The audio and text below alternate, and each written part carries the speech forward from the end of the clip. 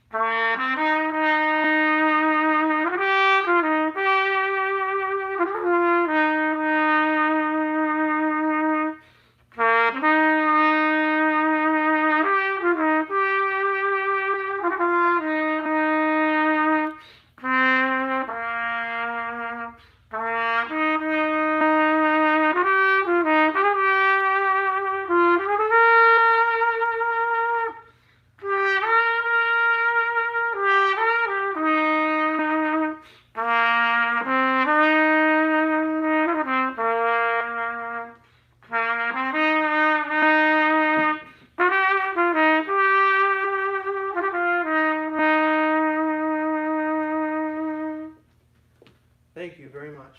Hey, it was excellent. Thank you. Excellent. We don't have our studio audience in yet, so there's no clapping, there's no applause. If you will, help me move this, and then we can move this over to the thing, and then we can get started for those who have just joined us. I just leave that there. Just pick the whole thing up. That'd be a cool effect. Very cool. Excellent. And that's all right. We'll tilt that down, and that'll be perfect. And then in the re-upload, we can cut it around. So, if you're just joining us, this is Vlogmas 4, and I'm here with my good friend, Justin Thornton. Justin plays music here at our church. He helps lead some of our productions this coming Christmas Sunday night. Tell us about the production this Sunday night. Yeah, so it's actually Sunday morning. Oh, Sunday well, morning. We're doing two productions, actually. Yes, yeah. We're doing a children's play on Sunday morning with the children's program here at Ray of Hope, and it's actually my first program that I've run by myself, which is it was very daunting at first, but I have learned so much from it. We're going to be singing a bunch of songs. There's going to be acting. There's going to be storytelling. It's going to be really entertaining, and I think everyone's really going to love it. I'm excited about it, and it's the first time that we've had an entire Sunday morning dedicated solely to our children, our young people. Yeah. And we're really excited about this. Then, of course, Sunday night at 6 o'clock, we're having an awesome candlelight service here. It's been great for the past couple of years. Now, we are doing all the COVID things that are necessary during the time that we're living in.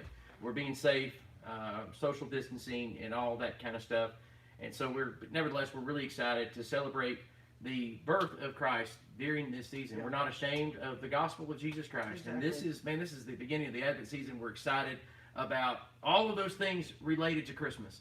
I'll tell you what I've noticed, man, is that more people are putting up Christmas lights this year. I've noticed that. It's weird. I've also noticed that they've done it like way earlier than normal. Yeah. Like people have nothing else to do, just put up the Christmas lights. Yes. Yeah, I called somebody in our church, and on 2 occasions, 2 different people, they were messing with their lights, trying to see which ones worked. And they said, well, I was going to put up these extra ones this year, and so they ended up going to Walmart and buying more. Oh my gosh. It'd be interesting to see what our Christmas light sales. That's something that I need to Google. Yeah. Like, how are Christmas light sales? Are they up this year? Are more people doing stuff this year? But I even noticed on YouTube that a lot of people are putting out Christmas light videos. Interesting. Because there's just a lot more Christmas lights. Now, you go to James Madison University. Yes, sir. What's your major? Music education, instrumental. So you're going to teach people music? I'm hoping to teach people music middle school or high school. The goal is to become a band director. And as you just saw, my main instrument is trumpet. So that's my expertise. So when you say band director, are we talking Rolling Stones here? Are we talking, what are we talking? like concert band, marching band. If it's high school, it's going to be marching band. Yeah. That's really what I want to do. I've been doing marching band since I've been in I think like 7th grade.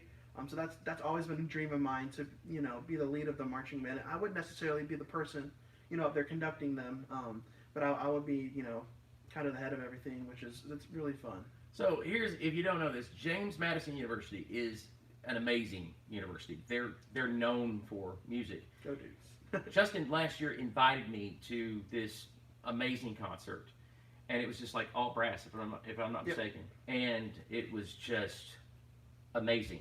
Carol and I were just blown away by this. What does it take to be successful in the music program at James Madison? Honestly, it takes a lot of dedication. You don't always have the time to practice because you're doing all your classes and extracurriculars and stuff, but you really just have to never give up on stuff because, I've definitely, had a lot of times where I'm learning here. And if I've learned one thing that I've been in college is that it's okay to mess up. You're going to fail, you're going to have mistakes, but you just have to have dedication and diligence to, get through everything. And, there's a wide range of people here, a lot of different backgrounds, socioeconomic, but the one thing that I think like most of them have when they've gotten here is that they are hard workers and that they have diligence. And I tell you right now during COVID, that has taught me so much about that because I've had more time to do everything, but as I've had more time, I found out that I have a lot more time to waste time, so. I think that's true for everybody. Yeah, I've had to learn, time management and all that stuff, but, yeah, like you were saying, James Madison is an amazing school, and I'm just so glad that God's brought me here. It's so fantastic. James, I'll tell you something else I've noticed from the sample that we have of students here at the church from James Madison University is that, just to echo what you were saying, the work ethic is unbelievable. Yeah. They want to practice. They love practicing. They want to be here. Let's practice. The work ethic, the God-given talent, and that's what I was going to ask you: is how much when you're focusing on music, when you're studying on music, how much is hard work? How much is talent? It honestly is different for everyone. There's a few people that I know, they don't practice at all, and they're amazing. Wow. I wish I had that because I have to practice all the time. But it like I said, it kind of differs from every person. But you still have to practice. There isn't anyone here I know that could just not practice at all. You have to practice a little bit. But for me personally, I think I have some, I guess, God-given talent. But most of it's just come from me working hard, and I'm very lucky. I grew up with a very musical family that I've been doing music since I was born. You have a wonderful family. Yeah, they're awesome. Shout out to mom and dad. If they're watching. How you doing, Mom? How What's you doing, up? Dad? Yeah, so I've just been always instilled that hard work, make sure you're always doing what you're supposed to be doing, and really you just have to spend the time on it. And I think that goes for anything. If you want to be good at something, you just have to do it a lot. There's the saying. Practice makes perfect, but it's actually, the better term I think is practice makes permanent, because you're not going to be perfect at anything, but as long as you're practicing, you're just going to get better every time. I had, if I'm not mistaken, it was a choir director of mine years ago said, perfect practice makes perfect. It's like showing up alone doesn't help. True. Working hard when you show up. Actually, if you can't sandbag, is what we say in the Army. When you show up to practice, you have to work hard. And you guys work so incredibly hard. And it seems like during the Christmas season, that's when you're looking for musicians. Oh yeah. That's when everybody's like, hey, we got to get the musicians in, and that's when you make the big bucks. What's it like for you right now? I know that here at Ray of Hope, we keep you busy. Oh, we keep you busy because we love it. We want more music, excellence, all that stuff. But what's it like for the average musician that you go to school with, maybe that's either where you're at academically or maybe beyond? What's it like during the Christmas season? It's busy. I tell you what, especially right now where it's finals week is coming up in 2 weeks, so we have a bunch going on, and especially as a brass player, there is a lot of gigs normally during that COVID time, but there's still some jobs for trumpet especially and brass quintets.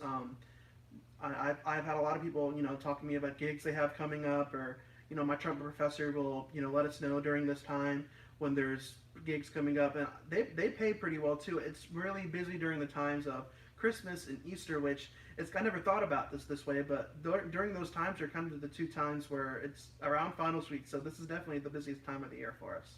I can only imagine what it's like during Christmas when you're a musician, because there's a great demand, but then there's the crash after Christmas, you know, where it just kind of dies down. Switching gears just a little bit. And we didn't even talk about this in the truck on the way over here. We didn't even mention this part, but it hit me just now when you were talking. So we're in a different time. Technology, definitely a different time from when I was younger when it comes to music. We are in a different time, unlike anything that's been before, where you have electronics galore for mixing, for editing, for all of that stuff, and synthetic sound. That's what I still call it. You know, synthetic sound, where imitation. What does the music scene look like moving forward? What does it look like? Because I mean, when I was younger, you wanted your 5-piece band. Everybody wanted to cut an album, or later it was a CD. You know, I still remember vinyl. That's the funny part, is when I was a kid, we still had vinyl. But I'm old. What can I say? I'm old. But you know, then it was a CD. And in-home studios. I was going to show you this next week. That this Boss, I think it was a Boss 1200, and 16 channels, and you could. It was a big deal. It's 20 years old now. Like, you blink your eyes. It was like digital, plugging all these mics. It was a big deal. And it was nice for its time. But I mean, I've watched this over the past 20, 30 years to where you don't have to go to a studio anymore. You can do everything you need to do. Oh yeah. How is that going to affect music going forward? What's your generation looking at in the future? Well, especially during COVID times, there's not been any concerts or performances because everyone's had to quarantine and all that kind of stuff. So people have found ways to make music virtually, whether it's like these videos where you can do multi-tracks where all these people can record in their homes and put it on there. There's actually an app that I've used called Acapella, where I've recorded myself playing 4 or 5 different trumpet parts and put it on there. And I mean, you can watch concerts from online, so I think it's definitely going to shift that way, but I really hope it doesn't, because I don't know about you, but I love going to concerts and just hearing music. There's nothing like hearing music in person. I don't know, just the way the sound waves work, I don't know all that stuff, but it's just amazing. But there is a lot of new things that I think, you know, this COVID time and this technology in general has taught us about how efficient we can be with how we do stuff, and just different ways of making music that we never thought about before. I think that's the part that's fascinating, is how to make music in a way that we've never made music before. But like you said, I love going to the concert. I love hearing the musicians. I love seeing how great they are in person. Because let's just be honest, when you're laying down a track, you can cover your mistakes, you can fix it, you can do this and that, and even now, even in a live performance, you know, you can help somebody's pitch out. During a live performance, you can help somebody's pitch a little bit. But I love live music. Is it possible, I'm just from your perspective, is it possible that this is the end to the live setting concerts? I don't think so. I think it'll be definitely less, and there's going to be a lot of changes. For our ensembles this semester, usually we're all packed in together, playing, you know, doing concerts all throughout the year, but luckily we've been able to still rehearse in person. We have to wear masks. There's a hole in the mask, and we have to stand 10 feet apart, and some people have to wear, you know, put like plexiglass shields in between them, just so they don't, you know, minimize the risk. But that I'm glad that we have found ways to modify it, but I'm hoping, as you know, we learn more about the virus, and as we learn more about how we can make music, that people will be able to still perform.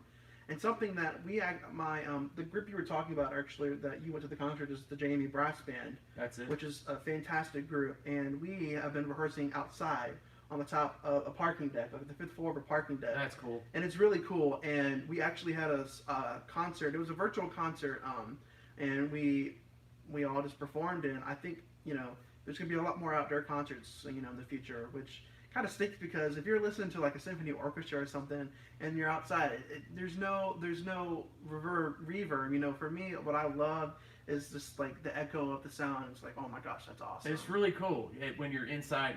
The concert hall we heard you guys. It was just amazing. And it's like when you play outside, but playing outside has its own thing. Yeah, you know, it has its own thing. You know, because there's nothing like watching a marching band come across the field. It's awesome. And then they turn, and then they blast you out of the stands. That's the coolest thing ever. You know, that's like, it's really cool. the thing that I'm looking forward to when this comes to an end is going back to concert. That's one of those things. But I guess I'm interested in seeing what does happen with. There's been a lot of people locked up for a year, you know, Yeah. and practicing, getting better, and we have we are using technology more right now to create things than we ever have. And True. so I'm looking forward to seeing how this is going to affect music going forward. Now, of course, you're in the band there at you're in the music program there at JMU. You're around musicians all the time. Nobody probably knows music any better than you do at your age. I'm just going to say it. Even if it's not true, we'll just accept that. Okay. We're just I'll running take with the that. compliment. We're just running with that. So let's say, because in case you didn't know this, my YouTube channel is one of the cooler channels on YouTube. Oh, it's the best. I know. I watch every video. Community's great. Our YouTube channel is hip. Oh yeah. And most of the young people come to our channel. Yes. But occasionally we have people who are, you know, older than 35 on our channel. Over the hill, if you will. Yeah. Now, let's say you're raising, kids, or you're raising your grandchildren, or you have grandchildren, but you have influence on your grandchildren, and you want them to have the opportunity to be an accomplished musician. Yeah. When do you start? It depends on what kind of instrument they're playing. Well, let's start there. What do you pick? You're a parent. I mean, let's say, That's a good question. what do I do? I think the easiest instrument to probably start them on is piano, because piano kind of complies to everything. You can piano, for me, in my opinion, you can use piano in every genre. I mean, anything you can do with piano, and piano teaches you so many things about music. You can even get a small keyboard. They're easy to get. You don't have to have a grand piano. I didn't have a grand piano. And I started piano at the age of I think it was 5 or 6. I didn't know that. That's cool. Yeah, my mom is an elementary music teacher, and so she helped kind of teach me piano, and I took private lessons for a while. I kind of stopped when I started playing trumpet because I wanted to focus on trumpet. Sure. But I think piano is a great instrument to start people on. And another instrument that I've actually learned about through being at JMU and being in the music education department is ukulele. Ukulele is really... A ukulele? Yeah, it's really easy to pick up. We do these events called JM Uke where anyone can come in. Uke. I know, it's really cool. I got that. Yeah, any age can come in, and I've actually taught some of the kids here that have been doing the children's program. I've taught them some things on ukulele, and it's really easy to pick up. So piano and ukulele are really good instruments to start on. I did not know the ukulele. I did not know that. It's mainly because it's such a small instrument. If you want to start, a little kid on an instrument, you don't want to give them a big tuba or anything because they're not going to be able to play it. Do you give the kid an opinion on this? Like, let's say the kid's 5 years old, because here's the thing: what I learned, because I raised 3 kids, right? And here's what I've learned: some they want to play piano, like that they want to. But some kids, they're going to complain. It doesn't matter. I know. It's going to be like, I don't want to play the piano. So I've never really understood the balance there, because I have friends of mine or family members where their kid grew up playing piano, and they're wonderful. Like, you listen to play the piano, it's like angels have come down, and they're great. And you're thinking, if I had broken my kid's arms, they wouldn't have sat there. It wasn't going to happen. Like, so how do you have any suggestions? Because you were probably that kid, though, that was like, I love this. At times. See, that is so cool. I get it. Really does. I think you do have to see whether or not. Obviously, a child is going to have good days and bad days. Yes. But there has to be a way there where the kid's like, look, I just don't enjoy this. I'm just not gravitating towards this. I just don't like it. Yeah. So there's 2 ways I look at this. One, just kind of have them test out different instruments, see what they like. Obviously, like I said, you're not going to be able to give them a tuba, but you can give them a smaller instrument and then gradually get them to a tuba. So maybe just test out some different things, play them some different instruments, see what they like. It doesn't cost too much to go to like a local music store to rent an instrument. And then the other way I look at it is get them on one of those instruments, like a piano or ukulele, and have them play music that they like listening to. Like songs that they hear all the time. They don't necessarily have to play Beethoven or Bach all the time. They can play, pop songs and stuff. They're learning the same stuff when they're doing that. And that's how I have seen like kids. That's interesting what you just said. Really get into it. Like when I was teaching the kids here on ukulele, obviously I'm not going to teach them, the songs that I like. 'Cause I'm really a classical music kind of guy. Sure. Because I'm a nerd and that's what I like. But I was having them play the songs we're singing, like Go Tell 'Em I'm Out, and I was having them play that on ukulele, and they were into it. So it really, those two different perspectives, just I kind of feel them out, see what they do like, and then maybe on instruments that you're like, you need to play this. Have them play music that they actually like, because there's so much music out there. That's interesting. In other words, don't force them into your music, or Yeah. find somebody that's a little flexible to teach them. I'm very glad that I wasn't, forced into playing whatever. I was really, I kind of chose what I want to. I kind of tested some other stuff out. I'm a trumpet player, and I originally wanted to be a percussionist, so I wanted to do drums and all the other stuff. And then there wasn't any openings for the percussionist in my 6th grade class. So I'm like, okay. And then I chose French horn, and I got home, and I said, Mom, this is going to be too difficult. I'm going to play trumpet. And so I played trumpet. But if a kid is not doing well on an instrument, like if they're playing the clarinet, which is pretty difficult, and they're not doing well, maybe they can try something different. But I don't think it's ever a good idea to give a kid something they're not going to enjoy, Sure. or anyone an instrument they're not going to enjoy, because you're not going to get better at it if you're not having fun playing it. Sitting there and thinking about me playing guitar, because I play guitar, Yeah, and it's awesome. played guitar since I can remember. Yeah. I love playing guitar. In 1992, believe it or not, I was around back then. And it was before I lost all my hair. So I was still trying to pray more hair into my head at the time, because I had begun losing my hair. Anyway, I was sitting in class, music appreciation class, and Dr. Betty Stroud, she's gone on, passed away years ago. She was playing Bach's Little Fugue in G minor. Yes. Da, da, da, da, da, da, da. And I love Baroque anyway, love it. So I'm sitting there in class, and I'd never heard this piece before, and I'm sitting there, and I'm like, that's a guitar riff. That Yeah. because you can open up another browser and open up Bach's Little Fugue, usually is what people call it. Yeah. But anyway, and it's organ. It's like, right? Yeah. For working, yep. And it's like they got both hands going and 2 feet, and so there's like 4 parts, and it's very busy. Very busy, but what I heard was metal. I heard heavy metal. Yeah. And I'm not a huge heavy metal fan, believe it or not. I like blues and stuff, but I'm not a huge heavy metal fan. But I Right. thought that would be cool. Oh, Now, yeah. I didn't realize that half the world had already thought of this at the time. Okay, they really did.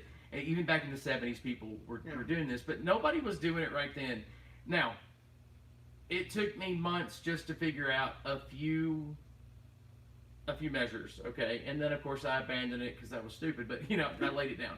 Now, skip forward 20 years. We have YouTube. Yeah. You go to YouTube, how to play Bach's Fugue in G minor. I don't know if you would word it that way or whatever, but if you just Google or just enter into the search on YouTube, Bach's Little Fugue, you will find 50, 60, 100 people playing it on the guitar. Yeah. And it's awesome.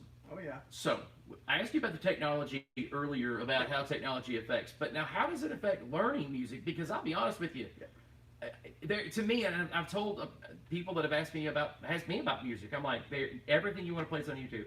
There's no excuse for someone not knowing how to play something, Yes. because it is readily available online. And right now, in the time period we're living in, it's not even behind a firewall, paywall. I think that'll change. Yes, it will. I think that'll agree. change, and I think it's going to change soon, because it's too easy. Like it's gonna, because when people realize this, it'll get monetized, and hey, if you want to learn how to play, you'll be behind some kind, not just advertisement, but you'll have to pay a subscription service of some kind for that type of access. But right now, there's no excuse not to know how to play Bach's Fugue if you want to play Bach's Right. Fugue. Now, give us your thoughts on that. Yeah, so I'm actually doing a research project on, learning during this stage for my music education class. And it's been really interesting reading all the research that people have done about this. It's still a new topic because, no one this time last year would have thought that we would have been in this situation of Right. being at home trying to learn an instrument or anything. It's difficult. It's great for some people because obviously they can go online for free and access all this materials and all these resources on how to do stuff, which is great. For some people, it's very difficult because they're hands-on learners, and if they don't have someone there like telling them how to do it, they're very slow with it. It definitely has been difficult for me. And that's not a online. discipline issue? No, I don't think that's a discipline issue. Some people, they're just different learning types, I think. I've Sure. experienced in the classroom. I've heard so many, stories from my mom who's doing virtual learning, and all the other teachers and professors that I've interacted with on how difficult it's been teaching online, especially in band classes, which is where I'm really focused in. In middle schools where kids have to do new instruments, and they have to learn it. It's so difficult to teach them that in person, let it alone online. So, but I do think it's great that we live in an age where you can get anything at the just by the hit of a search button. Like anything, it's all out there. And I think we're very lucky to have that right now. And I think that more people have been putting stuff on there now that we've been forced to, use technology to learn everything. Not to be negative, because this is a positive channel. Oh yeah. We try to put the best spin on everything. You are 21? 20. Almost 20. Okay, 20 years old. Not much younger than myself. Right. Just a little bit. Considering what has all transpired this year, and without even going into the details of what's transpired this year, but considering everything that's transpired in your age group, and be honest, what's the zeitgeist of your age group? What's the theme right now? What are you kids talking about? Besides COVID, there's a lot of race issues. Obviously politics. I don't want to get into politics, but it's especially being on a college campus. It's everywhere. Making sure everyone has their voice heard. I think that's always important. Absolutely. You don't want to push people down saying you're not important. Everyone has their own opinions, but there comes a time where you have to make sure that it doesn't lead to violence or pushing your opinion over someone else's. I mean, that's never a good thing.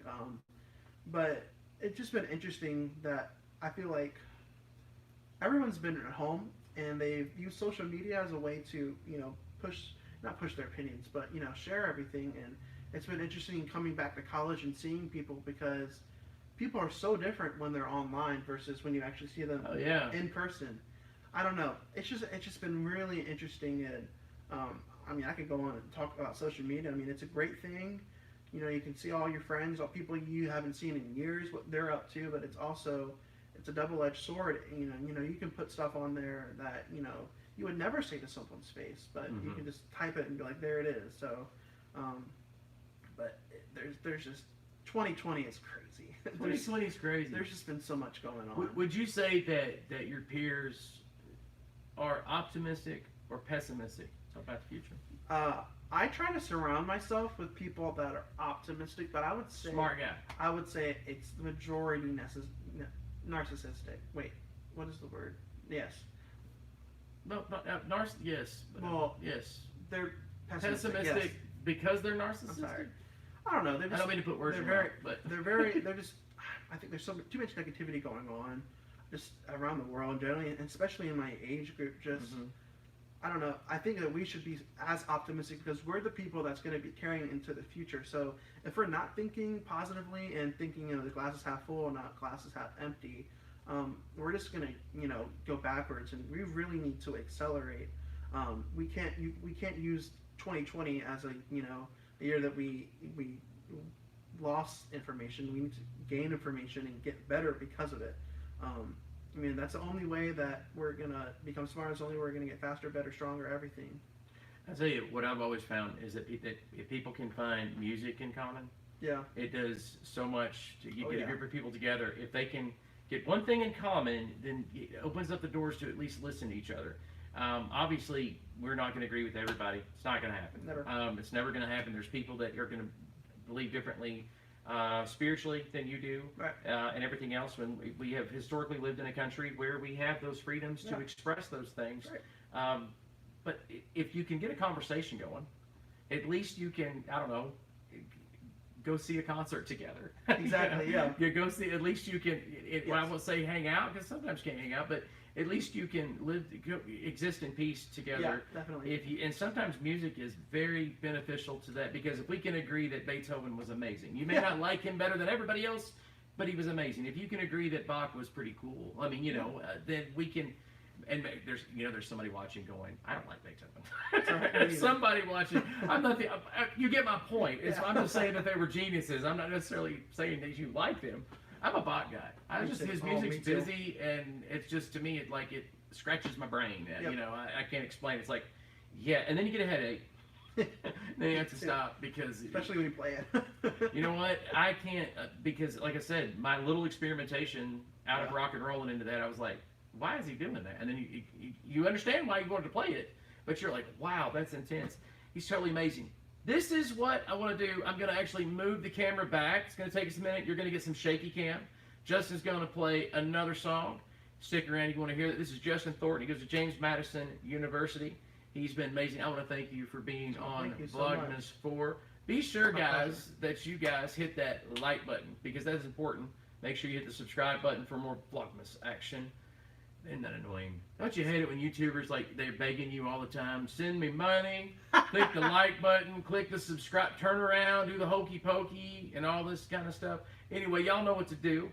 And be sure to tell Justin how much you love his trumpet playing. He is an amazing trumpet player, like, amazing. It's just unbelievable. And we're not even going to be able to capture how great it is because I'm using my phone for this. So I do apologize for that. But I'm going to move this, so you're going to get some shaky cam, and then Justin's going to play another song, and then I'll send y'all out. Sounds good.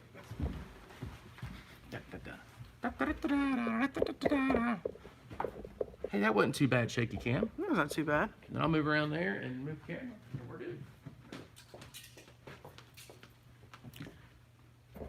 There we go. All right. I figured as we're doing Vlogmas, I would play a Christmas song. So here is Jingle Bells.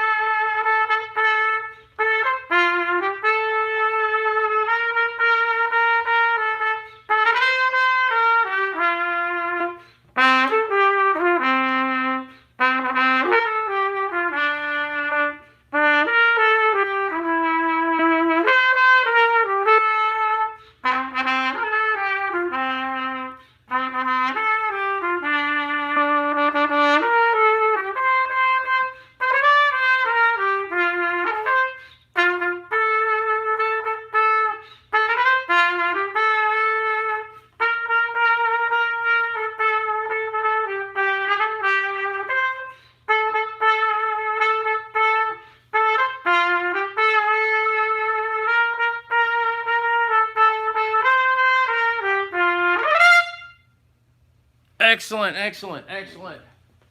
So that was good, and those of you who hopefully have stuck around, I want to thank you guys so much for watching. Justin, thank you for being here. My pleasure. Anytime. Guys, we will see you tomorrow. I'm not going to say same time. It's spontaneous. You got to be ready. Actually, one of my favorite subscribers on here, Bringy, she watches everything we do. Awesome. She's amazing, and I'm so grateful. She was like, I didn't get a notification. I was like, give me a time, let me know. But she's awesome, and so we're spontaneous. For those of you who didn't comment, we're like, well, when are your Vlogmas live streams? They're all over the place because we have to sort of adjust them to our schedule. But we will be coming to you live on and off all throughout the holidays for Vlogmas. Remember, we're going to be releasing something every day, all the way to Christmas Day. So we love you. Peace out. I've got to turn it off now. The awkward moment. Yeah. And...